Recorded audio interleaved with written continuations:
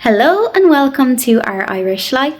In today's video, I'm going to be showing you how we use the ingredients that we get in our weekly shopping hauls and turn them into family dinners here in our Irish kitchen. So today we are starting off with French dip subs. This is not a family recipe, it is something I just looked up online. We did try it for the first time a couple of months ago and really enjoyed it. So yeah, I literally just googled the recipe. I will link it down below so that you know who it was from and how to follow it along. I'll give you about three maybe examples of how I do this with the dinners in this video. So I'm not sure what the other two options are as of yet, but we're starting with the French dip subs. And yeah, let's see what it looks like. I'll show you how I pull it all together and what it tastes like at the end as well.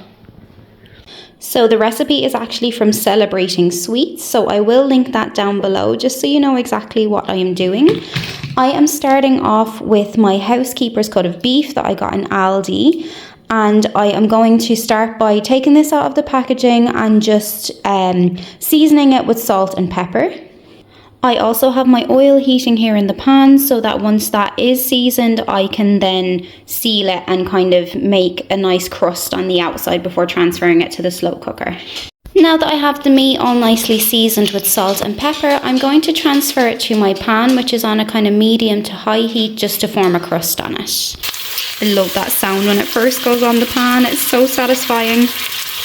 So while this is cooking away, I'm going to go ahead. I've already started getting my onions ready, so I'm going to just really thinly slice 2 onions, and I'm also going to crush up 3 cloves of garlic and keep an eye on this and turn it regularly then to make the crust on the outside. It's getting all nice and brown on the sides now. I'm just doing the 2 ends and I'll give it one more go round then.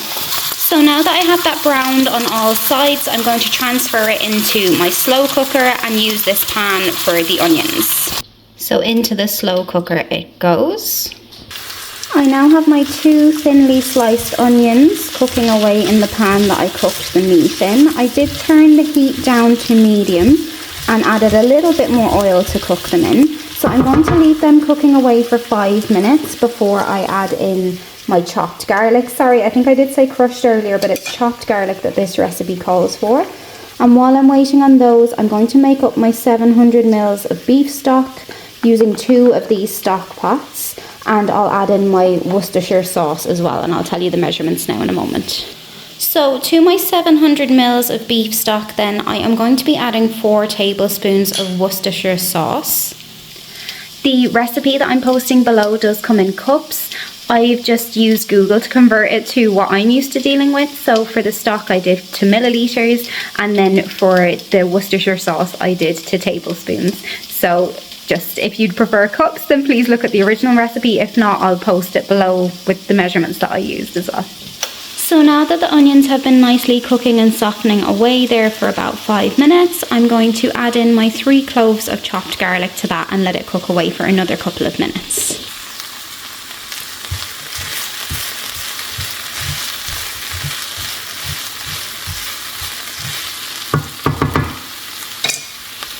So now that the onions and garlic have been cooking away for another couple of minutes, I'm going to use a couple of tablespoons of the beef broth mixture and add that in so that it makes it that little bit easier for me to just scrape up some of the beef that may have got kind of stuck to the pan at the bottom, so it can soak up all that lovely flavour before we transfer it into the slow cooker. This mixture of the cooking onions and garlic and the beef broth with the Worcestershire sauce, oh my god, the smell is actually unbelievable. It's going to be delicious. I know we've had this before, but it has been a while, but I do remember that we all really enjoyed it, and it's something different and really lovely. I have now transferred my onions and garlic into the slow cooker with my beef, and then I will pour in my Worcestershire sauce and stock mixture to that as well.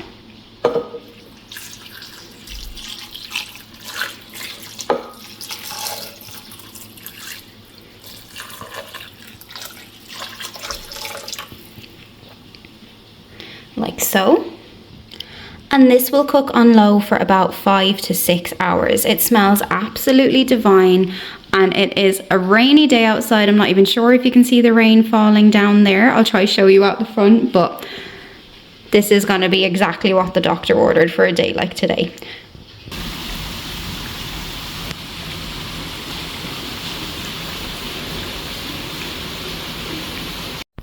So it has been about 4 hours and my beef is cooking away here nicely. It smells absolutely amazing, and I've decided that we're gonna have some garlic and rosemary potato cubes and broccoli as a side with it. So I'm just gonna cover these in cold water until my beef is ready to go. And I also have my sub rolls here ready to pop the beef in with some cheese, and I'll show you how we pull it all together later on. So here's the beef all cut up and done, and it's actually so tender. Like the knife just went through it like butter. It is lovely, and it's all kind of like crumbling apart at the bottom as well. So it looks really good and smells amazing. And we have the onions and garlic in the little dip here, so we'll put those in little bowls and have it at the side to dip it in. This is what it looked like when it all came together then. It was absolutely amazing and everybody loved it. Even the kids said it's one of their favourite dinners, so super yummy, highly recommend it. So next up we have a linguine pasta with a carbonara sauce. This is a family recipe that we are lucky enough that my grandmother shared with one of her students that used to stay with her in the UK. So at one point my grandmother used to have students in the house, and they were from all over the world, and a lot of them were nice enough to share some family recipes with her and teach her some of the recipes that came from their countries and their families. So this is one of those that she got given by one of her students. I'm not sure if it's a completely traditional kind of carbonara recipe. I know normal ones use like egg, which we don't in this. But yeah, it's a really, really tasty one and something really quick to pull together. So I'll show you exactly how we do that now.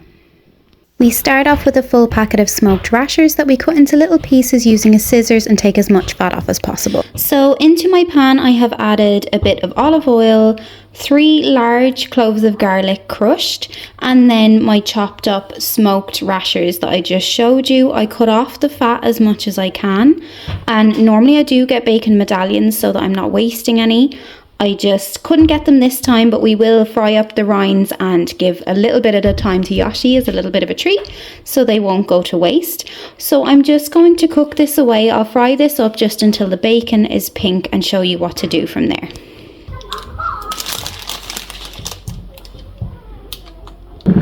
Okay, so in a separate pot I have chopped up my chestnut mushrooms, and then I'm just going to put a little bit of boiling water in, cover it down with the lid and pop it on a low heat just to kind of cook away and reduce down a little bit. So that's going on while I have my boiling water heating up for the pasta, and also my bacon and garlic and stuff cooking away. So now that the bacon is just about cooked through and is kind of a nice light pink colour, we're going to go on to the next step. We do not cook this until it's crispy. It only takes a few minutes once it gets going, really, just until it's just cooked through. And then we're going to go in with some boiling water. I've just boiled my kettle, just kind of enough to cover the rashers, not too much, maybe not even fully cover this set. So just like that I'd say will be enough, and then I'm going to break up one of these chicken stock cubes and pop it in here and mix it in. So now that the stock cube is all mixed in, I am going to add in my 2 pots of sour cream and just mix that in together. Just note as well, I am making a slightly bigger carbonara. I probably should have added maybe a packet and a half or 2 packets of rashers, but we're just going to go with the 1, and I'll still add the 2 things of sour cream just to make the sauce a little bit thicker. So I've added in my sour cream there now, and it does take a good mix to get it all mixed the way through.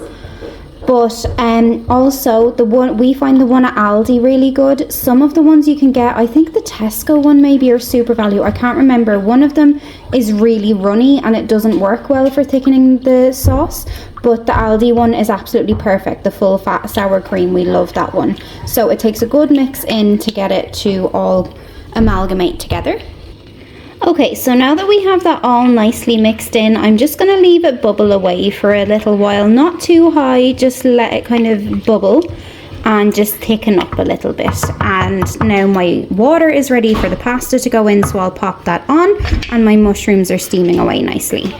I don't particularly enjoy breaking my pasta in half, so I do just pop it in like this and then kind of let it soften a little and push it down until it's all in there. And then this is bubbling away just like that. You don't want it going too wild, just enough to thicken.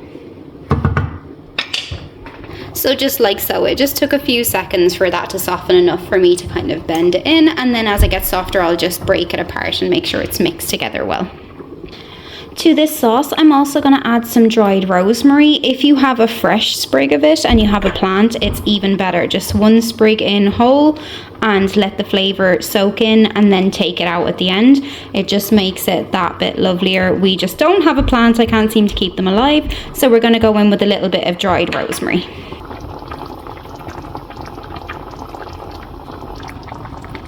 So once the pasta is done to al dente, whatever way you call it, so it's not too squishy, it's got a little bit of a bite to it, I just strain it using the strainer and then rinse it with some boiling water from the kettle, and that is ready to serve.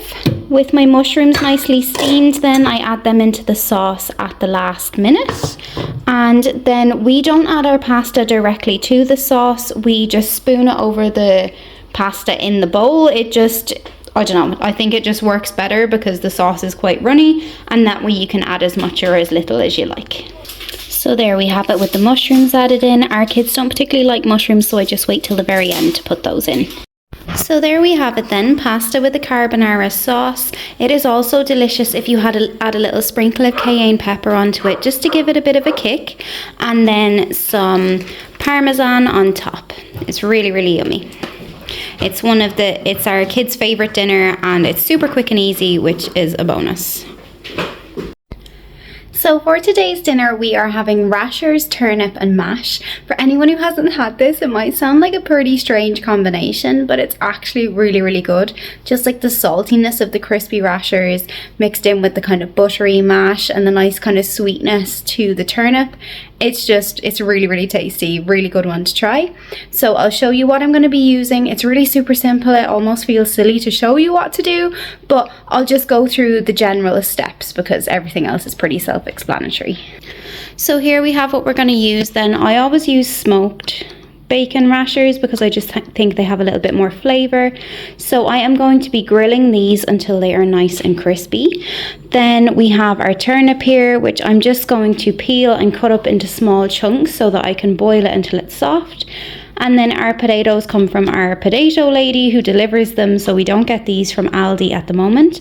But yeah, I'll be cutting these up, peeling them, and boiling them away until they're soft enough to turn into mash. So let's get going. I'll show you some of the steps and how it all pulls together at the end.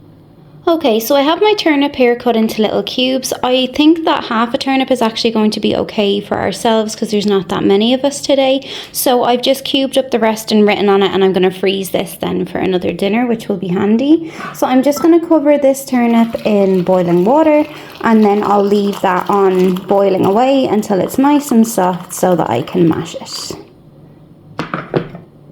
So same with my potatoes then, I have those all cut up and peeled, and I'm just going to cover them in boiling water and leave them boil away until they are soft enough to mash.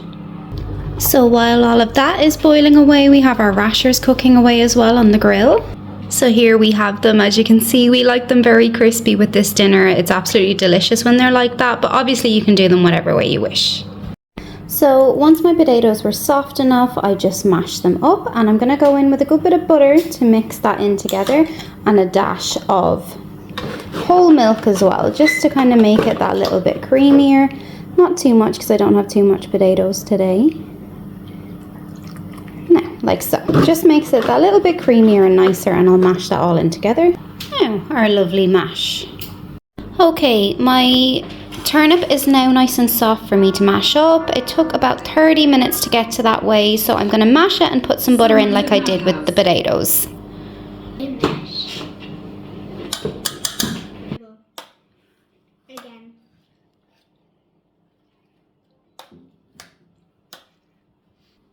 This was what it was like then, all dished up. It was really super tasty, very, very yummy. Well, that is it from us for today. Hopefully you have enjoyed coming along and seeing what family dinners we make from our Aldi ingredients that we get each week. As always, thank you so much for joining us, and we hope to see you again soon for more of Our Irish Life.